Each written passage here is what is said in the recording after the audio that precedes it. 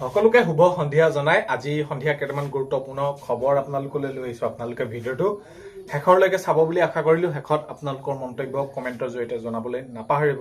আৰু এইখিনিতে সদায় কোৱাৰ দৰে চেনেলটোলৈ আপোনালোক যিসকল নতুনকৈ আহিছে চেনেলটো ছাবস্ক্ৰাইব কৰাৰ লগতে কাষতে থকা বেল আইকনটো প্ৰেছ কৰি অল কৰি থব, যাতে নতুন এটা ভিডিঅ' দিয়া লগে লগে আপোনালোকে আগতীয়াকৈ চাবলৈ পায়। যদি ভিডিঅ'টো চাই ভাল পায় লাইক এটা কৰি দিব আৰু শ্বেয়াৰ কৰি দিব বুলি আশা কৰিলো। এতিয়া আমি যদি চাওঁ, বানপানী শুকাই গৈছে ঠায়ে ঠায়ে, কিন্তু সকলো শেষ কৰি পেলালে বানপানীয়ে তছনছ কৰি পেলালে প্ৰত্যেকৰে একোখন সপোনৰ ঘৰ। বিশেষকৈ যদি আমি চাওঁ শিৱসাগৰ চৰাইদেউ এই দুটা অঞ্চলত, বিশেষকৈ চন্তক বিহুবৰ নেপালীখুটি, তো এতিয়াও শিৱসাগৰ আপোনালোকে পাণবেচা ফালে যদি যায় আৰু আপোনালোকে এইফালে ৰুদ্ৰসাগৰ এইফালে যদি আহে, তো এইবিলাক অঞ্চলত এতিয়াও বানপানী হৈ আছে। আৰু যি স্থানত এতিয়া বানপানী শুকালে একেবাৰে সপোনৰ ঘৰখন শেষ কৰি পেলালে। আৰু আপোনালোকেতো গমেই পাইছে মৃতকৰ সংখ্যাটো এইখিনি এতিয়ালৈকে কোনো ধৰণৰ নিৰ্দিষ্ট সংখ্যা এটা ক'ব পৰা নাই যে এইটোৱে বুলি, ইমানটো সংখ্যাই বুলি, ইমানজনেই মৃত্যু হ'ল বুলি। তো কাৰণ কেলে আমি যদি চন্তক বিহুবৰ এইফালে নেপালী খুটি ফালে চাওঁ, তেনেহ'লে এতিয়াও পলসৰ তলত তেনেদৰে এই আমি মৃতদেহবিলাক আমি ওলাই থকা দেখিয়ে আছোঁ। তো এইবিলাক আচলতে একোখন ঘৰ একেবাৰে শেষ কৰি থৈ গ'ল। আৰু বিশেষকৈ এতিয়া মাননীয় মুখ্যমন্ত্ৰী মহোদয়ে যিহেতু এই ঠাইবিলাক পৰ্যবেক্ষণ কৰিছে আৰু স্থানীয় লোকসকলৰ লগত তেওঁলোকে সেইখিনি মত বিনিময় কৰিছে, আগন্তুক সময়ত কিদৰে এইবিলাক সমস্যা সমাধান কৰিব পাৰি, তো এই ক্ষেত্ৰতো তেওঁলোকে এইখিনি মন্তব্য আগবঢ়াইছে। স্থানীয় যিসকল লোক আছে তেওঁলোকে এইখিনি কৈছে কিদৰে আগন্তুক সময়ত কাম কৰিলে ভাল হ'ব, কোনবিলাক কাম কৰিলে তেওঁলোকৰ আজি এই মহাপ্ৰলয়ত তেওঁলোকৰ সকলো শেষ হৈ গ'ল সেইখিনি সমাধান হ'ব। তো এইবিলাক লৈ আৰু এতিয়া মাননীয় মুখ্যমন্ত্ৰী মহোদয়ে কৈছে, ৰাইজে যি যেনেদৰে বিচাৰিছে, ৰাইজে যি যেনেদৰে কৰিবলৈ কৈছে, আমাক সেইখিনি আমি তেনেদৰে কৰিম। আৰু আগন্তুক সময়ত যাতে এই এনেকুৱা ধৰণৰ মহাপ্ৰলয় নাহে আৰু যিসমূহ যেনেদৰে ক্ষয় ক্ষতি হৈছে, ক্ষতিপূৰণ কেনেদৰে দিব পাৰি, সেইবিলাক লৈ পিনি আমি কাম কৰিব লাগিব। আৰু যিহেতু আমি এতিয়া দেখিলোঁ পৰিৱেশটো কেনেকুৱা হৈছে, তো এতিয়া বিশেষকৈ বানপানী শুকাই যোৱাৰ পাছত বহুত বেছি এটা ভয়ানক পৰিৱেশ সৃষ্টি হৈছে। কাৰোবাৰ খজুতি হৈছে, কাৰোবাৰ জ্বৰ হৈছে, কাৰোবাৰ মানে একেবাৰে অবৰ্ণনীয় এটা পৰিৱেশ সৃষ্টি হৈছে। আৰু এইটো সময়ত চৰকাৰে সেইখিনি পদক্ষেপ লোৱাৰ কথা ইতিমধ্যে কৰিছে। আৰু বিশেষকৈ যদি আমি চাওঁ, তেনেহ'লে আমি যে এইবিলাক কিছুমান কথাত ভাগ হৈ থাকে আমাৰ কথা বতৰাবিলাক, উজনি নামনি বা অসম বা এই এনেকুৱা ধৰণৰ কিছুমান ক্ষেত্ৰত, কিন্তু এইবাৰ এইটো যি পৰিস্থিতি হ'ল, কিন্তু সমগ্ৰ অসমৰ ৰাইজে শদিয়াৰ পৰা ধুবুৰীলৈকে সকলোখিনি সমগ্ৰ অসমৰ ৰাইজে একগোট হৈ একত্ৰিত হৈ কিন্তু এই স্থানলৈ শিৱসাগৰ, যোৰহাট, চৰাইদেউ, তো নাজিৰা এইবিলাক অঞ্চল বানাক্ৰান্ত ৰাইজৰ ওচৰলৈ আহিলে যি যেনেকৈ পাৰে, কাপোৰৰ পৰা আৰম্ভ কৰি বাসস্থান কোনোবাই সাজি দিয়াৰ পৰা আৰম্ভ কৰি চৰকাৰলৈ সেইখিনি চাই থকা নাই, সকলোৱে নিজৰ নিজৰ কামখিনি কৰিছে। তো আমি যদি এইটো সময় চাওঁ, তেনেহ'লে মানৱতা এতিয়াও জীয়াই আছে আৰু সকলো আগবাঢ়ি আহিলে। আৰু এইটোৱে নহয় যে আমাৰ কেৱল সমগ্ৰ ৰাজ্যৰ অসমৰ এই লোকসকলে আহিছে, এইটো নহয় যে ৰাজ্যৰ বাহিৰৰো পৰা বহুতো লোক আহিছে।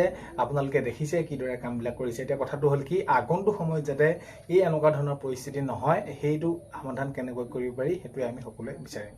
নেক্সটটো খবৰ যদি চাওঁ, চৰকাৰী ঘৰ কথাতে আপোনালোকে বহুতে সুধি আছে কেতিয়ালৈ পাম। এতিয়া বিশেষকৈ আপোনালোকে দেখিছেই কোনসমূহ কামত ব্যস্ত হৈ থাকিব লগা হৈছে। কিন্তু শেহতীয়াকৈ চৰকাৰে যিটো জনালে, চৰকাৰী ঘৰ এতিয়া আপোনালোকে জিঅ'টেক হোৱাৰ পাছত আপোনালোকৰ যদি আকৌ আপোনালোকৰ ঘৰত ভেৰিফিকেশ্যন কৰিবলৈ আহিলে, তেনেহ'লে আপোনালোকে নিশ্চিন্ত থাকক, আপোনালোকে চৰকাৰী ঘৰ পাব। কেতিয়া দিব এতিয়ালৈ ঘোষণা কৰা হোৱা নাই। নেক্সটটো খবৰ যদি চাওঁ, এতিয়া এই যি বানে বিধ্বস্ত কৰিলে, বিশেষকৈ সকলোতো শেষেই হ'লেই, আৰু কিন্তু এই খেতিয়কসকল, কৃষকৰ সপোনটো একেবাৰে শেষ হৈ গ'ল। আৰু এই খেতিয়কসকলক অধিক গুৰুত্ব দিব লাগে। ফচল বীমাৰ জৰিয়তে তেওঁলোকে যিখিনি পাব লাগে সেইখিনি দিয়াৰ উপৰিও কেনেদৰে আগন্তুক সময়ত আৰু সহায় কৰিব পাৰি, এই ব্যৱস্থাটো কৰিলে নিশ্চয় এই খেতিয়কসকল উপকৃত হ'ব।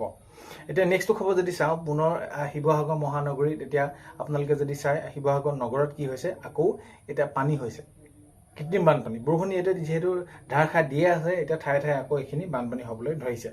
নেক্সটটো খবৰ যদি চাওঁ, মহানগৰীত পানী হৈছে, কৃত্ৰিম বান হৈছে। তো এইবিলাক সমস্যাবিলাক কেনেদৰে সমাধান কৰিব পাৰি, এইখিনিক লৈ এতিয়া তেওঁলোকে সেইখিনি মন্তব্য কৰি আছে, বা এইখিনিক লৈ কেনেদৰে কৰিব পাৰি সকলোখিনি তেওঁলোকে ব্যৱস্থা কৰি থকা দেখা গৈছে। কাৰণ কেলৈ মহানগৰ বানপানীৰ কথা আমি সকলোৱে জানো। এতিয়া সকলোৱে সহায় পোৱা নাই, তো এইবিলাক লৈও এতিয়া কথা উঠি আছে, উল্লেখ হৈ আছে যে য'তে সহায় পাইছে তাতে পাই আছে, কিন্তু আমি য'ত পাব লগা ঠাইত এতিয়াও পোৱা নাই। তো এই ক্ষেত্ৰত মুখ্যমন্ত্ৰী মহোদয় হওক বা যিসকলে সহায় কৰিবলৈ গৈছে, তেওঁলোকে এইটো চিন্তা চৰ্চা কৰিছে কেনেদৰে যাব পাৰি। আৰু এই ক্ষেত্ৰত স্থানীয় যিসকল লোক আছে, ধৰি লওক কাৰোবাৰ ঘৰত এতিয়া ডুব গৈছে, কিন্তু তেওঁলোকে সহায় বহুতখিনি পালে, তেওঁলোকৰ অনিষ্ট হৈছিল, কিন্তু সহায় বহুতখিনি পালে সকলোৰে ফালৰ পৰা, চৰকাৰৰ ফালৰ পৰা হওক, বিভিন্ন কোনোবা যদি আহিছে লোক তেওঁলোকৰ ফালৰ পৰা হওক। এতিয়া বিশেষকৈ তেওঁলোকে দেখুৱাই দিব লাগিব যে কোনসমূহ স্থানত প্ৰকৃততে এতিয়াও সেইখিনি সাহায্য পোৱা নাই। নেক্সট ক'ব যদি চাওঁ, মহানগৰী বৰাগাঁৱত চৰকাৰী ভূমি অবৈধ দখলৰ অভিযোগ। তো এইবিলাকতো চলিয়ে আছে অবৈধ দখল, আৰু এতিয়া এই আগ লৈ আগন্তুক সময়ত নিশ্চয় মাননীয় মুখ্যমন্ত্ৰী মহোদয়ে পদক্ষেপ গ্ৰহণ কৰিব। ইতিমধ্যে এইখিনি জনাইছে যে সকলোখিনি আমি উচ্ছেদ প্ৰক্ৰিয়াৰ মাজেৰে সেইখিনি শেষ কৰিম। এতিয়া আগন্তুক সময়ত দেখা যাব কি কেনেদৰে এইখিনি কামবিলাক কৰে।